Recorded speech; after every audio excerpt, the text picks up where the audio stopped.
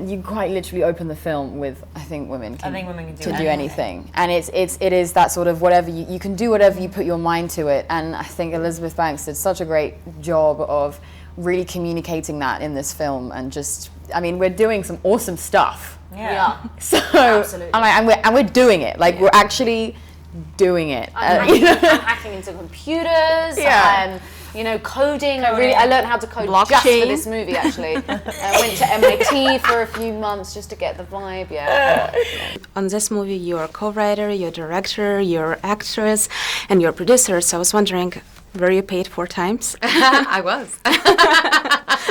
Yeah, you do get paid for all those jobs, which is nice. So I was wondering, how was it for you? Because I know that like a lot of men who's doing this work, as well as women, it's like hard to juggle sometimes, you know, to jump from this acting bubble to directing. How was it for you? I like the multitasking of it, and actually, it kind of, there's a streamlined nature to everything when you become the writer, director, star of the piece, you know, in that I'm already there, I'm already thinking about the scene, I'm already thinking about what everybody's motivations are, you know, I get to be in it and sort of be that character, but I've already imagined what I'm going to be doing, so it actually became very streamlined and helpful to the process. You know, in Charlie's Angels franchises, costumes were always very important. Yeah. And I was so happy to see one of the costumes from the previous movie. In this I'm so glad you noticed. Yeah, we put a lot of Easter eggs in. Oh my God, it's my favorite one. Mongolian. Yes, the Mongolian. Yeah. Yeah. Sony had them archived, which was really great. And, you know, when we sent a message across the ocean, because we were in Germany making the movie, and said, is there any way you can find these and send them to the set? I really wanted to put them on the set of the movie. Some intern somewhere went and dug them out and found them and shipped them to us. But more importantly, I wanted these women to also be able to have an incredible action movie, but have a sense of fashion about them too. These are women who have access to Charles Townsend's incredible wealth and his closets and what, you know, how he would dress the girls and what they would need for all their missions. It's all right there for them. Гардеробная моей мечты. Я могу брать все, что хочу. Временно. Как это временно? And talking about costumes from this movie, what did you want to get from this set of this movie? Because I know Kristen's character really grabbed something. Yeah. She has sticky fingers. She sort of just keeps all the things that she touches. Did I grab any? Did you? She took her knives. I did. I broke quite a few props, but like not to the point of like them being like destroyed. So I was like, yeah, that like angel symbol engraved, you know, plastic stump knife, I'll take that. I don't think like that. It's so weird. I just kind of leave it. I don't never think to like take, which is it's more of like an sad. accomplishment No, but it's sad because it'd be nice to have a little souvenir. But I never remember. I never think to do it. But oh well. I should have kept the jockey shirt. You should have kept that. You looked really awesome. No, but they wanted to keep. I think they wanted to keep. That's why you couldn't have it. Yeah, but there's multiple now. They have so many of those. That's true.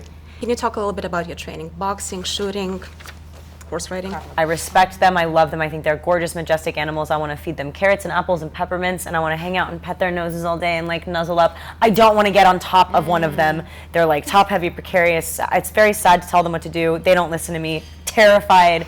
That was very hard. I didn't have to do very much of it. What I definitely preferred was just like, you know, You're great at that. Yeah, I just liked fighting. I just liked any of it choreography. It felt like dancing. It did. Which you're also very good at, by the way. Which Yeah. I didn't know that. You didn't I know wasn't that. expecting it, to be fair, but you were very good. It was like a dance. I mean, I did a lot of work with Jonathan Tucker, who I fight with a lot, and it was like a ballet. Very talented physically. Oh my gosh, he is in his body like no other. Yeah, I mean, on and off set, he's just one of the most incredible people to work with, and he really pushes. We pushed each other, and it kind of got to that point where we kind of had way too much fight choreography, and then we could just go on set, play, do whatever we were doing, and then sort of. You guys had a great kind of chemistry and partnership there for sure. Yeah, it was good fun. Adversaries. And another big part of Charles Angels always been music. So I was wondering how it's to collaborate on music with all these great talents. It was incredible. You know, especially I will say one of the things I'm most grateful for is one of the themes of this movie is sort of, you know, the inclusivity of all the angels that came before, right? We're kind of standing on the shoulders of those women in the hopes of inspiring the next generation, and we're all part of a long legacy. And so I was very inspired by the 70s while I was making the movie. and I knew I was going to have Donna Summer, that song in the third act, and I said to the team for the soundtrack, I would love for Ariana to consider collaborating with one of these icons from the 70s, whether it's Donna Summer, Diana Ross, Shaka Khan, and they got Shaka Khan. I mean, she just went and got Shaka Khan to do Nobody with her. And so just the idea that they embraced that was just so exciting for me. You named Kristen Stewart the epitome of American woman. Yeah. I was wondering, what did you mean, and why do you think she's the epitome of? I think she lives totally authentically. I don't think you can put her in any boxes. She doesn't like labels. I think that's how women don't want to feel like they have any limits on them. And I think that's Kristen. Like, you believe that she can do anything. My mom, like, is an incredibly capable woman. She's a compulsive artist and doer, and she uses her hands, and she's strong. Like, I'm kind of much smaller than my mom. Like, she's taller. She's just like, I always looked at her and was like, I mean, if things went down, it's her. And I think that definitely shaped me in some way, even though in comparison, I always felt a little like delicate and like, you know, really, really pale skin, like burn in this, like, I just always was like, yeah, but you know what?